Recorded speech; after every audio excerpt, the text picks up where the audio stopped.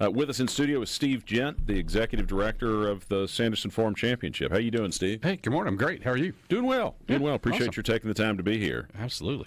Well, we're inside of a month, right, from the tournament happening? Just inside of a month. We've been building for about 3 weeks on the golf course, all the grandstands and skyboxes and chalets and everything. So we're probably maybe slightly ahead of schedule. But that's good. Factor in a couple weather days. But it really is just a massive undertaking getting that all set up. Yeah, I mean, I've got a staff of 7 individuals, and I mean, we work all year long. Our friends are amazed. You work all year long on 1 week. We're wow. Like, yeah, it's a pretty big week. And then, you know, obviously all of the vendors we bring on site to do the build out, Schaefer Sports, and yeah, it's the next few weeks is all going to come together pretty quick. And so the week of the 30th, is that that's the official week of September 30th through then our championship Sunday will be Sunday, October 6th. Okay. Yeah. Well, that's exciting stuff. Yeah, how are things shaping up this year? I mean, good. We both pro-ams are almost sold out. If anybody out there is interested in playing in the pro-am, I think we've got 1 team in the Monday pro-am and 3 in Wednesday. Otherwise, we're almost done. Wow. So we anticipate those to be sellouts. Hospitality looks great.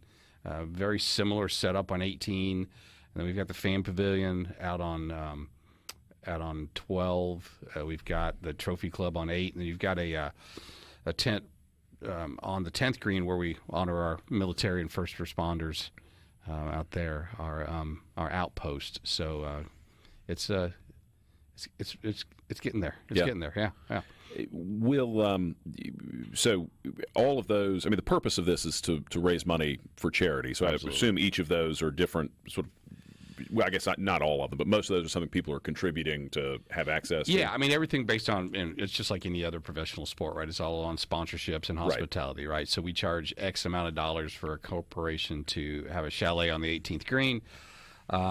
Between that, concessions, merchandise, tickets, Century Club memberships, it all really kind of goes into one big bucket. And, you know, at the end of the day, we're hoping to have a great year, very similar year, hopefully, than last year. We gave $1 million to Children's of Mississippi and then another $500,000 to over 70 other Mississippi charities. So it's we're hoping we can do exactly the same, if not better, this year. Well, it's a fantastic event. I hope you can somehow get the weather you had last year to come back this time. That was awesome, right? I need to call up Jeff Rent at the Greater Jackson Chamber, and I go, Jeff, whatever you do from a chamber standpoint, I need that weather for at least 5 days or 7 days. But yeah, it was great. Well, Lance and I were talking about this earlier. You know, I love golf. If you love golf, it's an easy event to love. But even if you don't, I mean, even if golf's not your thing, it's just an incredible event to come walk around, see these folks, walk around in essentially a giant park for the afternoon. Right. It's a great venue for just being outdoors. I mean, like you said, if you're a golf fanatic from a spectator standpoint, I don't know that you can get any closer to the players at any other PGA Tour event. But then if you're not, I mean, we've got a lot of great things for kids. We've got a little kids zone. We've got great concessions, a lot of chicken we serve. Rightfully so.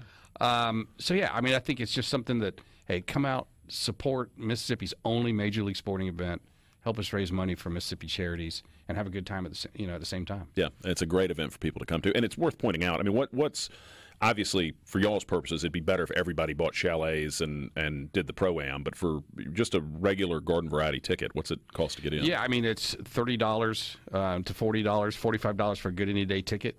We try to keep our concession prices low. Yeah, it's just an affordable way for a family of 4. And if your kid's 17 and under, you get in for free. And parking is included in the price of your ticket. It might be a 10-minute shuttle ride from North Park to the golf course. Yeah. So we try to make everything quick, convenient. Great merchandise we talked about earlier. And yeah, I think it's going to be another phenomenal week. How has what's the future of the tournament? Do we know?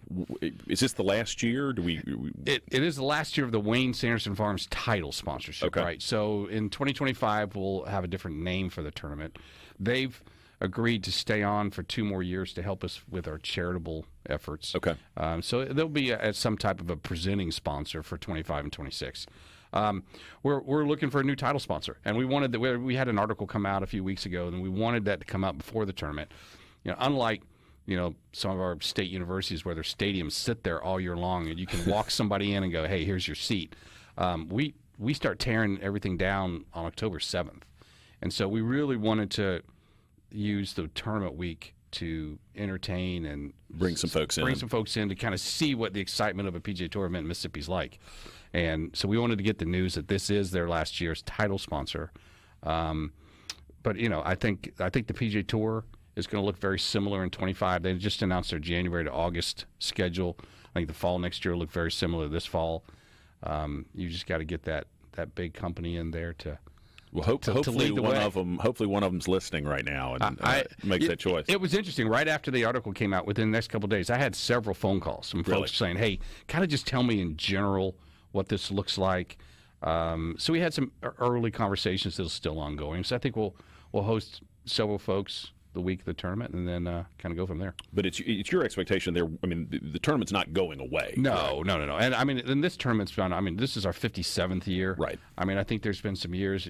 Go back where I think we've got 9 lives and we haven't used them all up yet. Back in the days where Southern Farm Bureau was the sponsor, we're in their building, right? And then Viking, and then Joe Sanderson, and the folks at Wayne Sanderson Farms, and they've been a title sponsor. This is their 12th year, wow. And from a title sponsor on the PGA Tour, that's an incredibly long amount of time. So I saw the average is about 10 years? Yeah, it's 10 to 13, somewhere in there, I think. So we're incredibly grateful for what they've done. They've been a great partner. It's been an awesome run. I think I'm pretty excited about where we can take this now for the next few years. Well, that's exciting. Yeah. Field is still getting rounded out. We've got a little while before that's final. Field's still shaping up. We'll probably make some announcements, I guess, early next week. I can got to put my glasses on. All the Mississippi guys are in the field. If you look at Hayden Buckley, Davis Riley, Chad Ramey, and then we've got Wilson Furr, who got his tour card from Jackson. We've got I can let you know a few other maybe sneak previews. Here we go. Gary Woodland's committed to the field just the other day. Cameron Champ, past champions, coming back. Nick Dunlap, who's a kid who went to the University of Alabama, won the American Express event as an amateur back in late January, and is in the field. Stephen Yeager is kind of a local favorite here. Camilo Villegas. Camilo won last year, coming back. Joel Damon, who kind of, he and his caddy Gino kind of roast fame a little bit with that Netflix series. with the Full Swing series. Yeah. So those, our field's 132 of what I like to say is 132 of the best players in the world, and the best professional golf that week is being played in Jackson, Mississippi. So the 132nd player in our field's a phenomenal golfer, right? And it's amazing what these guys can do, and it's going to be great to have them here, them and their caddies and all the officials and everybody. So I think it's going to be a good year. Good year. Well, that's great, and glad that it is. I mean, y'all do just a ton of great work in the community with the amount of money that you've been able to give away the last few years. Yeah, we're just trying to be really good stewards of all the sponsors and all the Century Club members and all the folks that support the tournament, and then what's the best way to distribute that throughout the community. I think our board has done a phenomenal job of that recently. Yeah, I think that's right. But that field will continue to shape up over the course of the next few weeks. Yeah, they have until, for any PGA Tour event, they have until 5 p.m. on the Friday the week before. So, it makes it challenging sometimes to do a little marketing. Who do you put on a billboard? But yeah, the next few weeks, I think what happens is the FedEx Cup Championship just ended in Eastlake last weekend, just a few days ago, right? Scotty Scheffler won. I think a lot of these guys are, however far they made it in the playoffs, they're just going to put their clubs down for a couple of weeks, not think about golf, and then now they're starting to put together their schedule. So we'll hear a lot. I mean, it just, for some reason, our field just shapes up all of a sudden at the very end. That makes a lot of sense. Yeah.